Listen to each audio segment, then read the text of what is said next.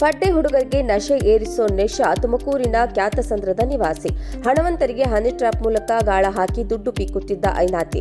ಇದೇ ನಿಶಾ ಗುಬ್ಬಿ ಪಟ್ಟಣ ಪಂಚಾಯಿತಿ ಮಾಜಿ ಅಧ್ಯಕ್ಷ ಅಣ್ಣಪ್ಪ ಸ್ವಾಮಿಗೆ ಹನಿ ಟ್ರ್ಯಾಪ್ ಮಾಡಿ ಪೊಲೀಸರ ಕೈಗೆ ಸಿಕ್ಕಿಬಿದ್ದಿದ್ದಾಳೆ. ಹೌದು, ಬೆತ್ತಲ ವಿಡಿಯೋ ಇಟ್ಕೊಂಡು 20 ಲಕ್ಷ ಹಣಕ್ಕೆ ಡಿಮ್ಯಾಂಡ್ ಮಾಡಿದ್ದಾಳೆ. ಸಾಲದಕ್ಕೆ ಹಣ ಕೊಡದಿದ್ರೆ ರೇಪ್ ಕೇಸ್ ಹಾಕೋದಾಗಿ ಬೆದರಿಸಿ ಸೋಷಿಯಲ್ ಮೀಡಿಯಾದಲ್ಲಿ ಬೆತ್ತಲ ವಿಡಿಯೋ ಹರಿಬಿಡೋದಾಗಿ ಬೆದರಿಕೆ ಹಾಕಿ ಇದೀಗ ಲಾಕ್ ಆಗಿದ್ದಾಳೆ.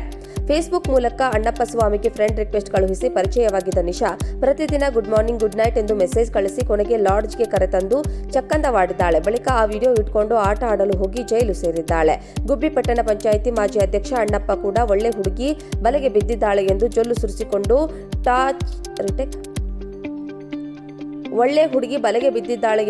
ಸುರಿಸಿಕೊಂಡು ಚಾಟ್ ಫೋನ್ ಸಂಭಾಷಣೆ ಶುರು ಮಾಡಿದ್ದ. ಅಷ್ಟೇ ಅಲ್ಲ, ಇಬ್ಬರ ಸುತ್ತಾಟನೂ ಆರಂಭಿಸಿದ್ರು. ಕೊನೆಗೆ ದೊಡ್ಡಬಳ್ಳಾಪುರದ ಲಾಡ್ಜ್ ಒಂದರಲ್ಲಿ ಮೈಮರೆತಿದ್ದಾರೆ. ಅದೇ ವಿಡಿಯೋ ಇಟ್ಕೊಂಡು ನಿಶಾ ಬ್ಲಾಕ್ ಮೇಲ್ ಮಾಡಲು ಶುರು ಮಾಡಿದ್ದಾಳೆ. ಅಣ್ಣಪ್ಪ ಸ್ವಾಮಿಗೆ ಹನಿ ಟ್ರ್ಯಾಪ್ ಮಾಡಿ 20 ಲಕ್ಷ ರೂಪಾಯಿ ಹಣಕ್ಕೆ ಬೇಡಿಕೆ ಇಟ್ಟಿದ್ದಾಳೆ. ಹಣ ಕೊಡದಿದ್ರೆ ರೇಪ್ ಕೇಸ್ ಹಾಕೋದಾಗಿ ಬೆದರಿಸಿದ್ದಾಳೆ. ಅಲ್ಲದೆ ಸೋಷಿಯಲ್ ಮೀಡಿಯಾದಲ್ಲಿ ಬೆತ್ತಲೆ ವಿಡಿಯೋ ಹರಿಬಿಟ್ಟು ಮರ್ಯಾದೆ ತೆಗೆಯುವುದಾಗಿ ಹೆದರಿಸಿದ್ದಾಳೆ. ಇನ್ನು ನಿಶಾ ಗ್ಯಾಂಗ್ನ ಮತ್ತಿಬ್ಬರು ಆರೋಪಿಗಳಾದ ಗುಬ್ಬಿಯ ಭರತ್ ಹಾಗೂ ಗುಬ್ಬಿ ತಾಲೂಕಿನ ಬಿಳ್ಳೆಕಲ್ಪಾಳ್ಯದ ನಿವಾಸಿ ಬಸವರಾಜು ಅಣ್ಣಪ್ಪ ಸ್ವಾಮಿಗೆ ಸಂಬಂಧಿಸಿದ ಡೀಟೇಲ್ ಅನ್ನ ಕಾಲಕಾಲಕ್ಕೆ ನಿಶಾಗೆ ಕೊಟ್ಟಿದ್ದಾರೆ. ಅಣ್ಣಪ್ಪ ಸ್ವಾಮಿಗೆ ಪದೇ ಪದೇ ಕರೆ ಮಾಡಿ, ನೀನು ರಾಜಕೀಯದಲ್ಲಿ ಸ್ವಲ್ಪ ಹೆಸರು ಮಾಡಿದ್ದೀಯಾ, ನೀನು ನನಗೆ 20 ಲಕ್ಷ ರೂಪಾಯಿ ಹಣ ಕೊಡದಿದ್ರೆ ನಿಮ್ಮ ಮೇಲೆ ರೇಪ್ ಕೇಸ್ ಹಾಕಿ ಬೆತ್ತಲೆ ವಿಡಿಯೋವನ್ನ ಸೋಷಿಯಲ್ ಮೀಡಿಯಾದಲ್ಲಿ ಹರಿಬಿಡೋದಾಗಿ ಬೆದರಿಕೆ ಹಾಕಿದ್ದಾರೆ.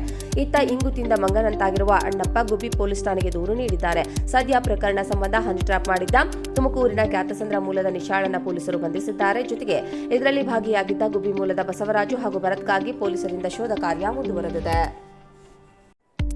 ಪಡ್ಡೆ ಹುಡುಗರಿಗೆ ನಶೆ ಏರಿಸೋ ನೆಶಾ ತುಮಕೂರಿನ ಕ್ಯಾತಸಂದ್ರದ ನಿವಾಸಿ.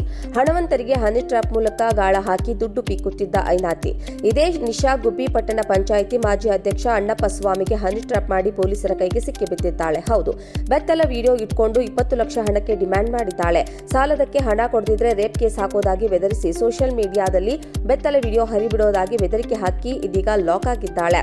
ಫೇಸ್ಬುಕ್ ಮೂಲಕ ಅಣ್ಣಪ್ಪ ಸ್ವಾಮಿಗೆ ಫ್ರೆಂಡ್ ರಿಕ್ವೆಸ್ಟ್ ಕಳುಹಿಸಿ ಪರಿಚಯವಾಗಿದ್ದ ನಿಶಾ ಪ್ರತಿದಿನ ಗುಡ್ ಮಾರ್ನಿಂಗ್ ಗುಡ್ ನೈಟ್ ಎಂದು ಮೆಸೇಜ್ ಕಳಿಸಿ ಕೊನೆಗೆ ಲಾಡ್ಜ್ಗೆ ಕರೆತಂದು ಚಕ್ಕಂದವಾಡಿದ್ದಾಳೆ. ಬಳಿಕ ಆ ವಿಡಿಯೋ ಇಟ್ಕೊಂಡು ಆಟ ಆಡಲು ಹೋಗಿ ಜೈಲು ಸೇರಿದ್ದಾಳೆ. ಗುಬ್ಬಿ ಪಟ್ಟಣ ಪಂಚಾಯಿತಿ ಮಾಜಿ ಅಧ್ಯಕ್ಷ ಅಣ್ಣಪ್ಪ ಕೂಡ ಒಳ್ಳೆ ಹುಡುಗಿ ಬಲೆಗೆ ಬಿದ್ದಿದ್ದಾಳೆ ಎಂದು ಜೊಲ್ಲು